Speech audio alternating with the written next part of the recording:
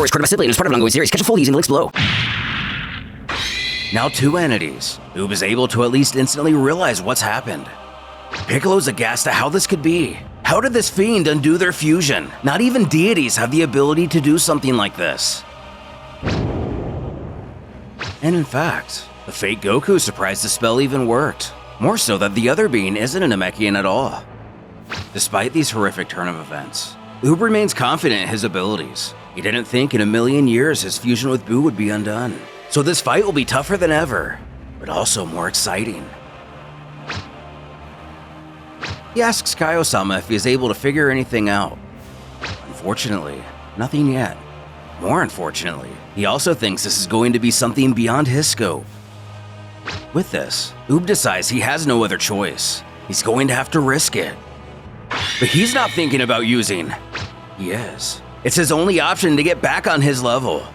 King Kai-Bell is the typical "I forbid you to use the thing that I taught you" stuff. Because at the time, Oob was merged with Majin Buu. Now his body is too inexperienced to handle it. He'll die if he proceeds. Not Goku smirks that his foe's power has diminished a lot. He's not a match anymore. Returning the smile, Oob questions if he really thinks so. It's actually great that he's so powerful and evil, because the Z-Fighter has always wanted to use this technique in a fight.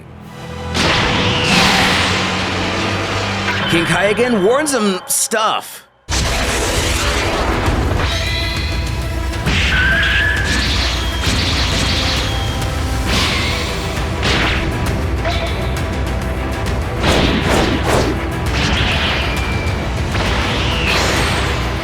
Using the Kaio-ken, Oob can only hope he connects on a hit that knocks his enemy unconscious. This will buy everyone a little time to find out more.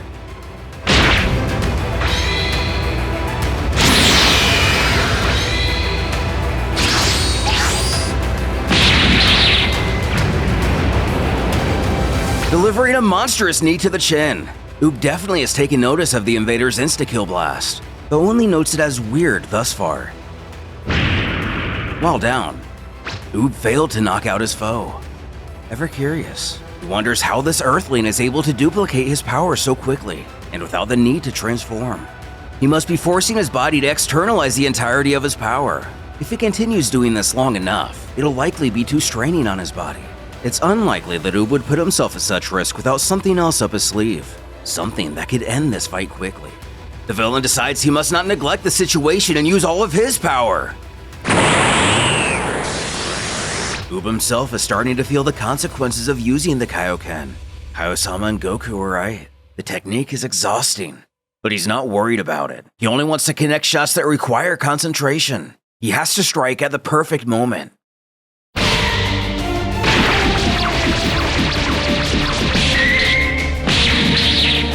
Even in their current states, Piccolo comments how they're both absolute monsters.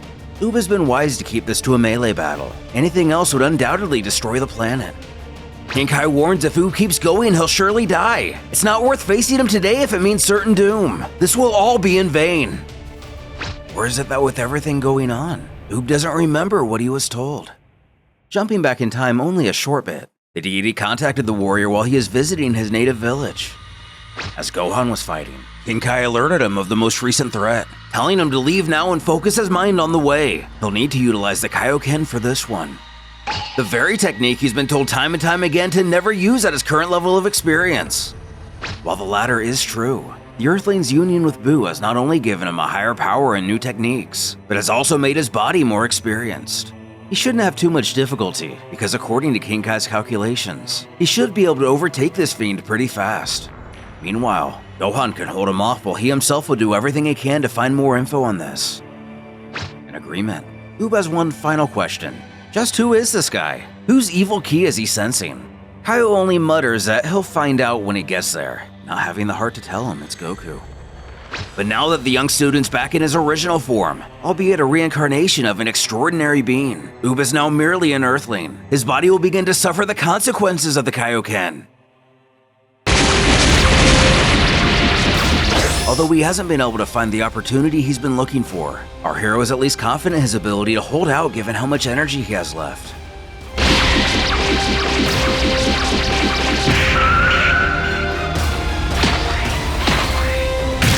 words which would come back to bite him. During their tandem kick, Oob's left leg shattered under the pressure. The evildoer cackles that it looks like as far as the Earth's little savior goes. He knew it was only a matter of time before his body crumbled. It's impossible for anyone to bear so much power. Oob knows his leg may be shot, but he still has energy. Will he be able to do anything with it given his condition? Very well. It was a pleasure to meet you all. I won't leave any trace of this miserable planet.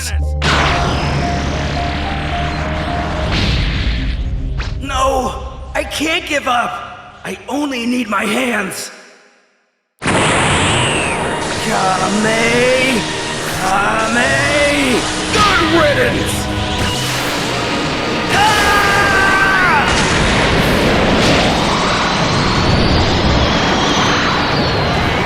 Are you really planning to resist?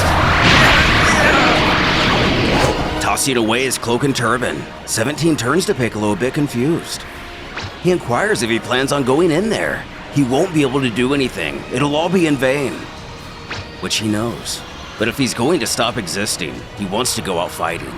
17 should go as fast as he can to try to get to Capsule Corp. If he's able to take Vegeta and any of the others with him, they can flee from this planet using one of the ships there.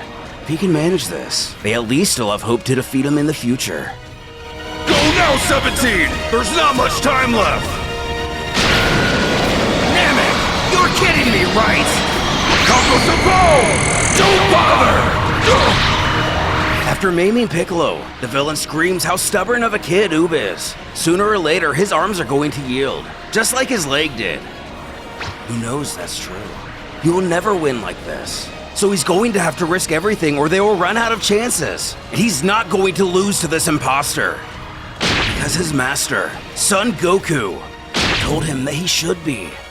The Earth's Defender! Triple Kaio-ken! What? Impossible! I'm sorry, Master Goku.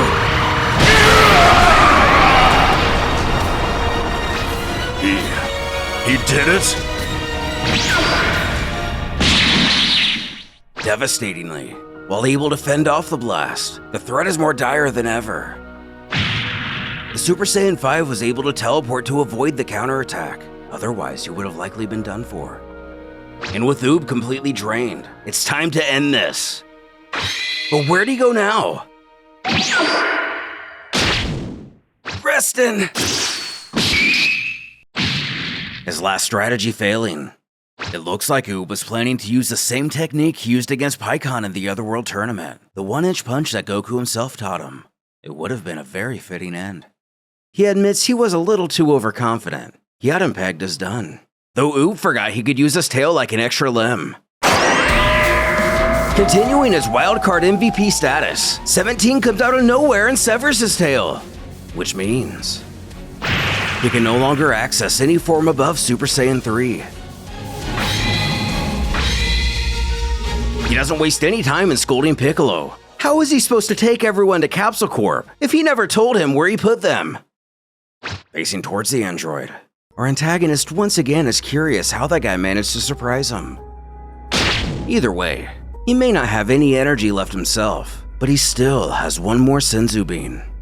Piccolo warns his Otherworld ally to act quickly. They can't allow him to eat that bean. But as he tries, something happens. The imposter's arm fails to respond. As he drops the Senzu, a voice screams out he won't let him do it. Not just any voice. That was Goku, the real Goku. He tells Piccolo that Oob is dying. Please, quickly bring him that Senzu. Right. He tells our hero to do his best to chew and eat it. It'll heal him and recover his strength.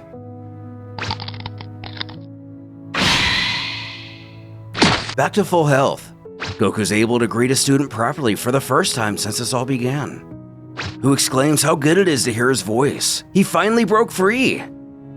But no, he can't do that. That's why he wants him to do him a favor. Oob must fire his most powerful attack at him. He has to completely destroy him. Though it's argued he can just knock him out until they find another way. They have to. Protesting, Goku stresses he is not possessed by him. They are fused. Besides, He knows what this guy is planning and things could get even worse. He pleads to end this once and for all. He doesn't know how much longer he can resist. Again, he tells his master he can't kill him. The Saiyan reminds he'll be able to visit him in Otherworld, so this is really just a means to an end. With the instant transmission, he can come and visit whenever he likes. Goku realizes that's true. Goku asks if he gets it now. He will die, but it's not the end. They'll still be in contact. Years ago, Goku details his former exploits to a student. Specifically, the time he had to sacrifice himself against Raditz so Piccolo could deliver the final blow. Leading to the youngster to question, how does it feel to die? Is it sad? Taken aback, the teacher implores him not to worry about that. Doesn't he think it's even sadder to never live at all? And who could argue with that? Back in the present, Oob agrees. He'll do it, for the good of the Earth, and for the good of his mentor. Who couldn't be prouder?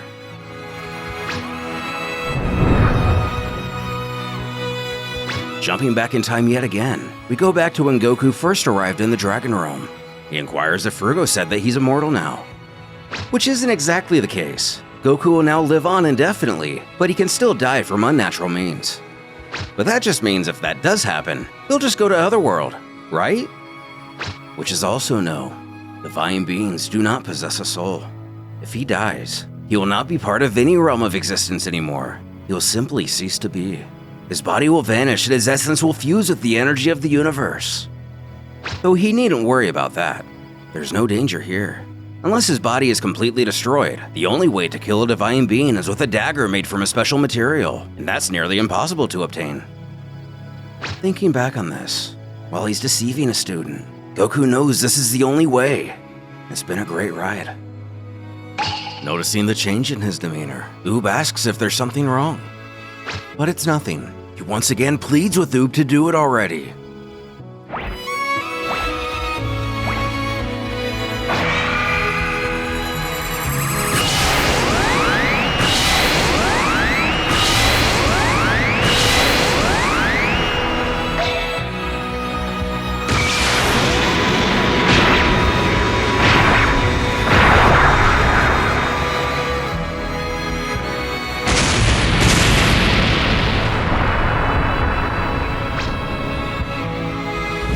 Can't believe it.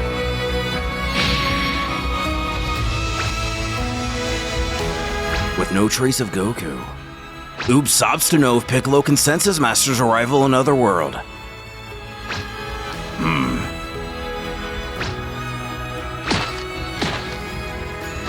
Oob. Teleporting to King Kai, he demands to know where Goku is. He apologizes. Goku never arrived in this world. He knows it's hard, but he has to understand. Darting away, Kaio beckons where he plans on going. Even with Elder and Kibito Kai, they sense no trace of Goku. This is a true tragedy. The former explains the Saiyan had no other choice but to lie to Oob in order to be destroyed by him and disappear along with the being who fused with him. Kibito Kai suggests that he must have had a much more important reason than the salvation of his planet to make such a decision. While this may be true, Elder's afraid they will never know his full reasoning. Meanwhile, on the Dragon Planet, a mysterious figure, presumably one of the gods Goku never got to meet, states that the seal of this universe has finally been broken. After all this time, it's connected with the divine world again. He questions Frugo if this means Goku doesn't exist anymore. Who clarifies that is indeed the case, naming this man as Lord Garrett. He tells of how there was no one capable of undoing this fusion, and the Saiyan knew it. He was aware of such a fact since his agreement with Shenron, so his only choice to save his world was by ridding them both from existence. Scouring Snake Way in denial, Oob cries it can't be. Goku is gone for good, being left with more questions than answers. We still don't know what the force was which took over Goku's body. Was it Shenron himself, another god, or ethereal spirit, or something else entirely that we will never know?